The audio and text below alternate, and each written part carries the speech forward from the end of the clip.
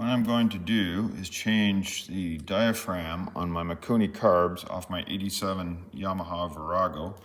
Lots of videos online, YouTube, showing two different methods of doing it.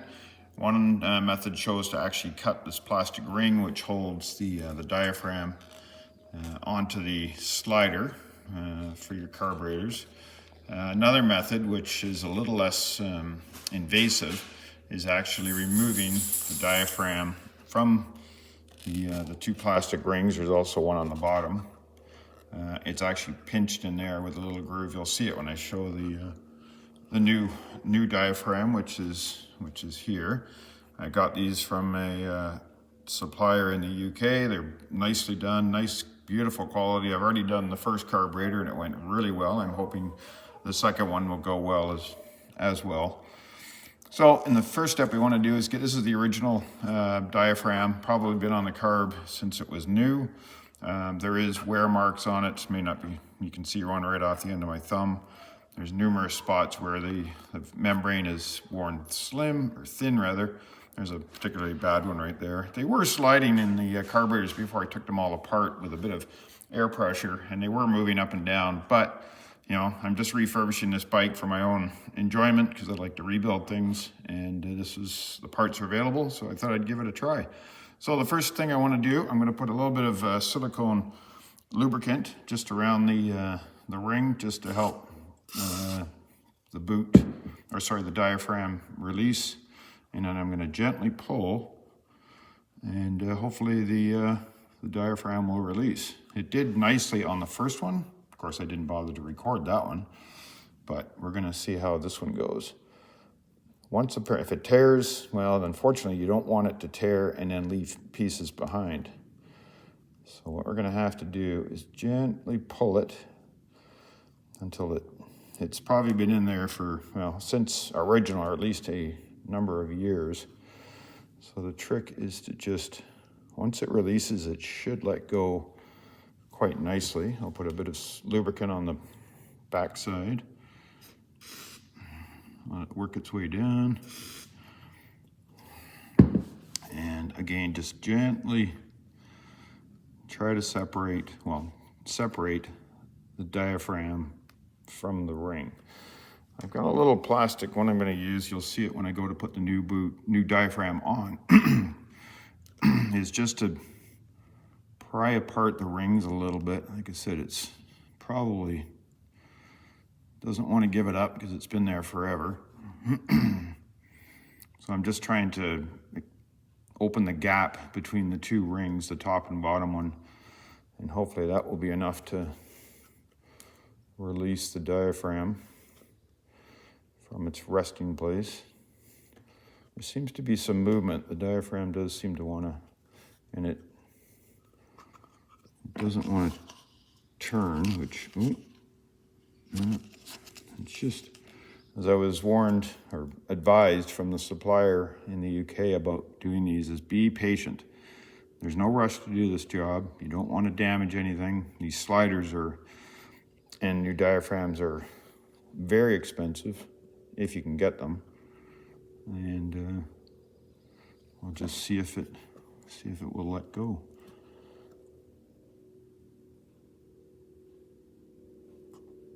Of course, when it being such a stretchy material, you don't know if it's just stretching or if it's actually, oh, there it goes. You can just see it just starting to release. That's exactly what we want. So now we will gently,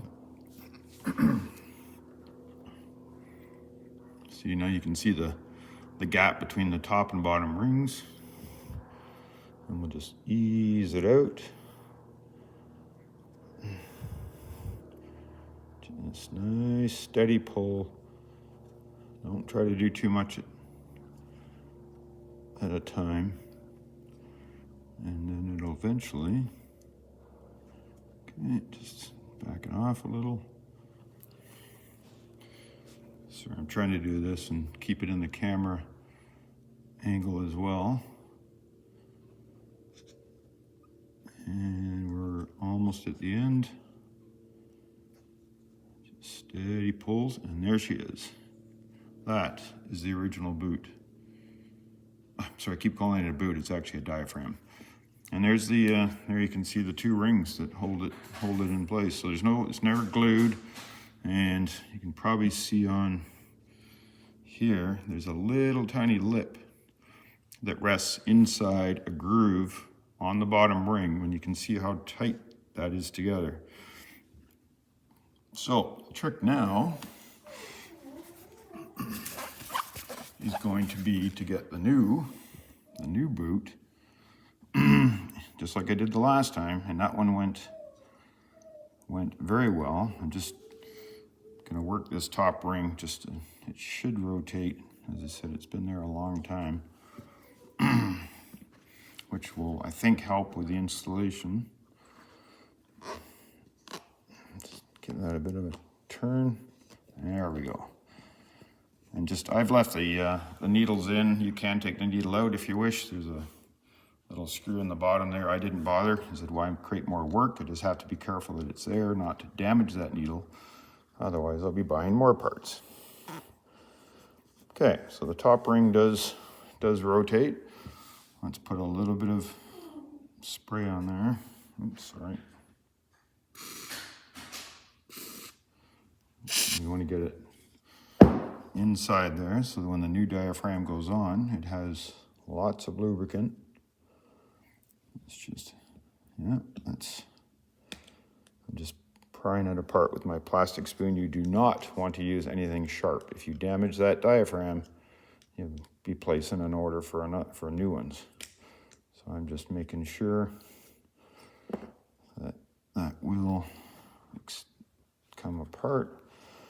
Because what we have to do is now and the trick with these, that little lip that I pointed out must go down, because you can see on the top, the larger, or the outside or top of the diaphragm, that groove is what sits inside the groove of the carburetors.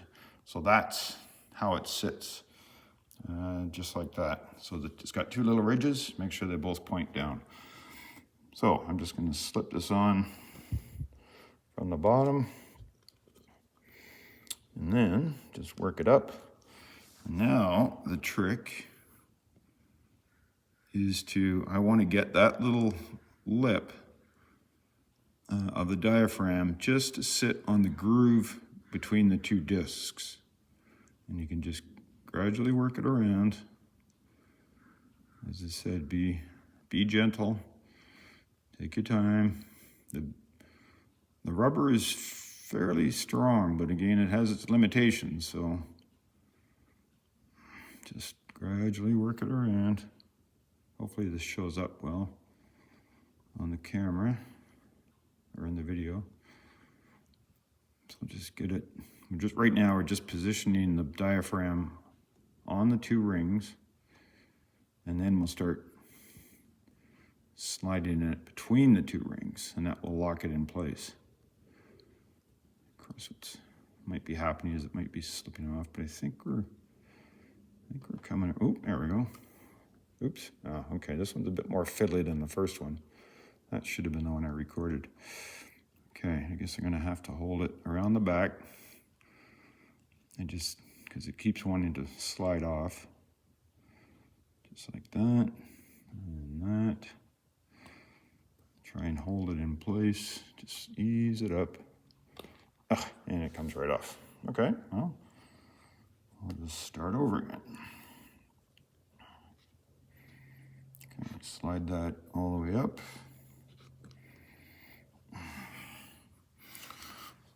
Let's go the other way here, just to switch it up. Okay, get my thumb on there where it starts. Try and hold it in place, because it just keeps wanting to slide off.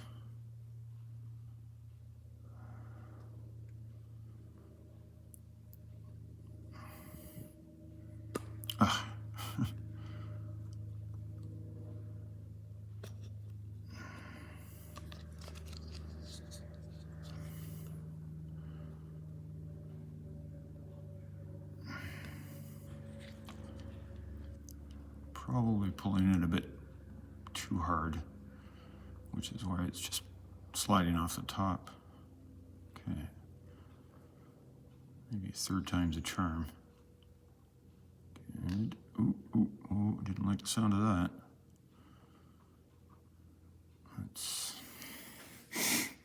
Let's come at it from this side. How are we doing there? Good. Just pull it just enough to get it to rest in that groove. And, so close. Just gonna check that. There's not much of a, yeah, I can just kind of run my fingernail in there.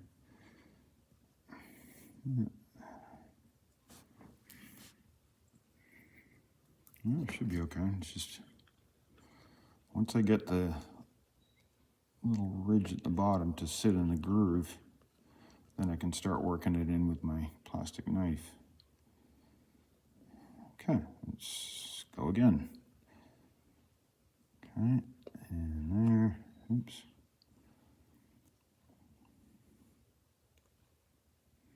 I haven't tried to do it from the top, only because I watched one really good video, that fellow that did it, and he just slid it up from the bottom like I've been doing here.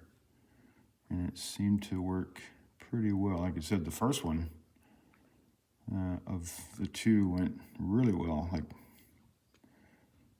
so it's just a case. Just gotta get it to sit. There may not be quite enough. There we go. There. Oh, fussy little thing. If I'll try it one more time like this, if that doesn't work, then I'll try and get it from the top.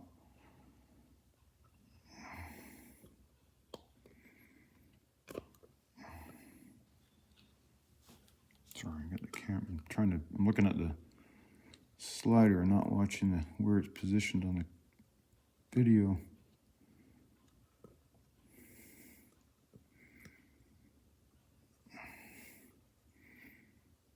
Might need a little bit more lube right in there.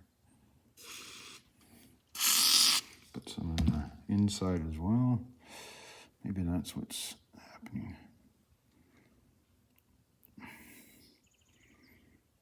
Okay. Man,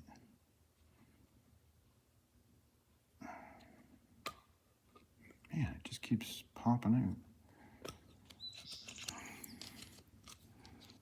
Well, as I was advised, be patient.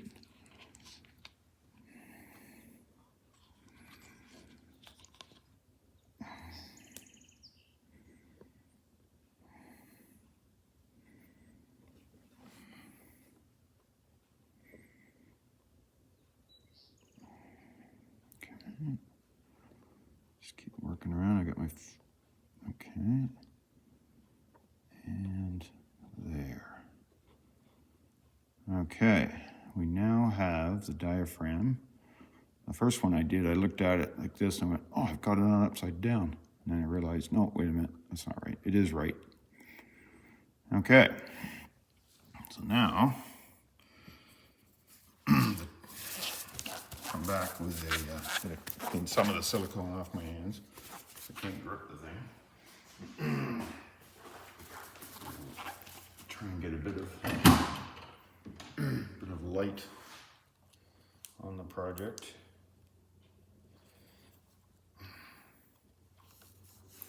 Let's see if this helps. So I'm using an LED headband and it may be, seems to be flashing in this video, but hopefully it'll work.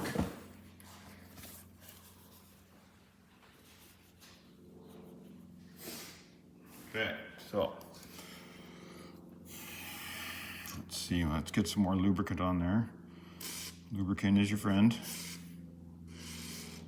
Try my light. Okay, that might work better. Okay, now if I get this position just right. So now the trick is to work. I think I did it like that. It's just easier to. So now I want to get. I've took an old a plastic knife and just filed off the serrated edge, so I have a nice smooth non-sharp surface. I did see one video where a fellow used a small screwdriver and I went, I don't really like metal. But anyway, it worked for him. And I thought, well, what am I going to use to push this in? So for now, I'm going to, what I want to do is just, with the other one, I just kind of put it on the edge and then just rolled it. And the seal gradually worked its way in. This one seems to be a little more, well, it might be starting. There she goes. Just gradually work it around. Hopefully you can see that in the video. Just nice and steady. You're basically doing millimeters at a time. And you're going to be going around this thing numerous times.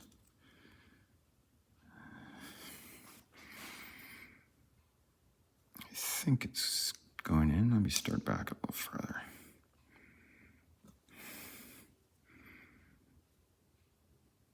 We're literally squeezing that little ridge in between the two discs. There's the top on there. Of course, you won't see much from this side. There's a little bit of a wrinkle, and that's to be expected. We'll get that out. Oh, that's what I like to see. Okay, now we're getting somewhere. See how the knife is just working its way in. And they say when you see a wrinkle, again, watching other videos, if you see a wrinkle form, just stop pushing and just kind of give a little bit of a tug. Once the diaphragm is actually seated, it'll be smooth, it'll be even, it'll look beautiful. There we go.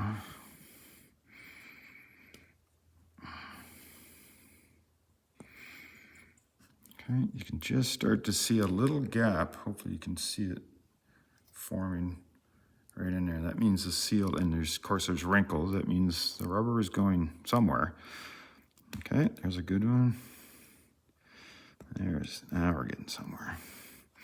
Take a look on the inside. Looks good. There we go.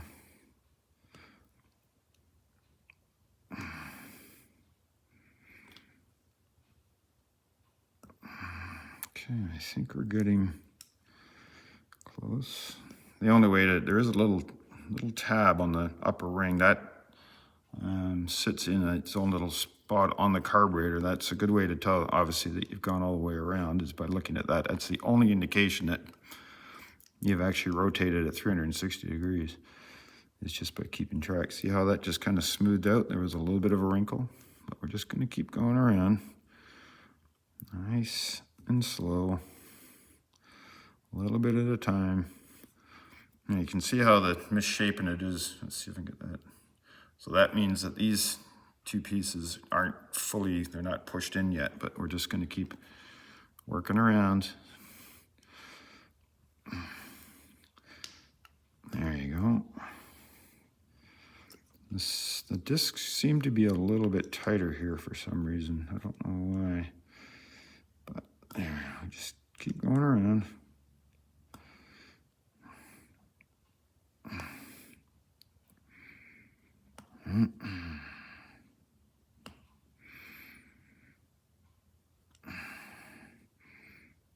We're getting some air bubbles, which tells me that at least the rubber seems to be. See how that's looking better already. Not quite, it's still a little bit high on a couple of spots, but we'll just keep working it. When it's fully seated, it will let you know. See, we're nice and smooth all the way around, but we're seeing it's still a little, sorry, let me just turn that a bit. Let's see how it's not quite flat. Once it's all fully seated, it will sit flat. And that tells you, or tells me, that the diaphragm is where it's supposed to be.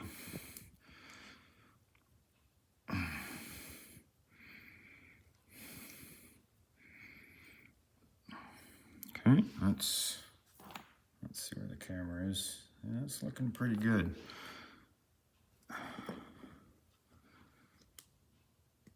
There we go.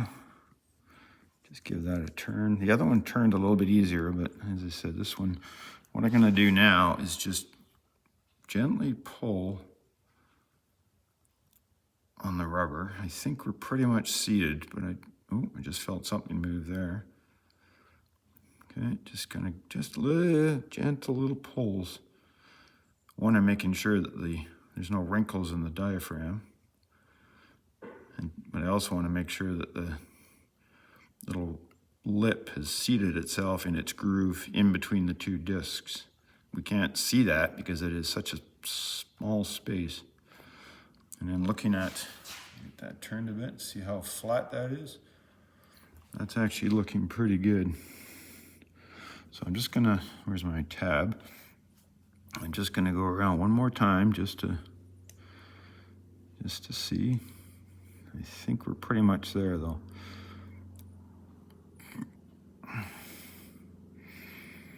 It certainly looks pretty even. And it doesn't seem to want to go anywhere. This is one of those parts that you wonder at the factory. Well, I suspect at the factory how these were built. There's no way that one person did every one of these carburetors. As you can see, the top of the metal tube here, which is inside the plastic slider, they would have, I suspect, built the plastic slider, put the bottom ring on. That lip right there would have been obviously not crimped over. They would have put the diaphragm on, put the top ring on, and then the machine would have come along and just crimped that over, which held it all together. You know, and here I am almost 40 years later replacing them. And I suspect if these are original diaphragms, they've actually done pretty well for this little motorcycle. So I think there's our tab. Let's just do a gentle little pull. This would be the time you want to find out if it's not seated, and it pulls out of off the slider, but I can't really see it being anywhere else looking as good as it does. So there you can see how flat it is. So I think there's one little corner here that might be up a little bit, but I think I'm pretty sure that's it. And it looks good. There's no tears in it. My little plastic knife worked really well. One video I saw the fellow was really good at it. He did it in like about 10 minutes, but he used actually a metal knife, and he used obviously the blunt side of it and pushed it in. I guess you could use another video I saw. A fellow used a little plastic tool that's used to change iPad or iPhone screens. Anyway, as long as I like the idea of plastic because there's no sharp edges, but it also has to be, as you'll see here, how thin that tip is to get in, just to get it in there. You're not trying to push it all the way into the groove, you're just trying to push it down, but it still has to fit between the two rings. So just another little twist. I don't think it's important that has the ability to twist, because once it's in the carburetor, it's not turning. And I think we're good. So we can have a look across the top. The diaphragm will fold back. Let's have a look along here. And I would say this job is done. And yeah, learned something new. Never done one of these before. This is my second motorcycle that I refurbished. I didn't do this on the first one, but there we go. I like learning new things. I like fixing things. I like old classic cars and bikes and stuff. So anyway, thanks for watching, and hopefully that helps somebody out if they have to do this job in the future. Take care.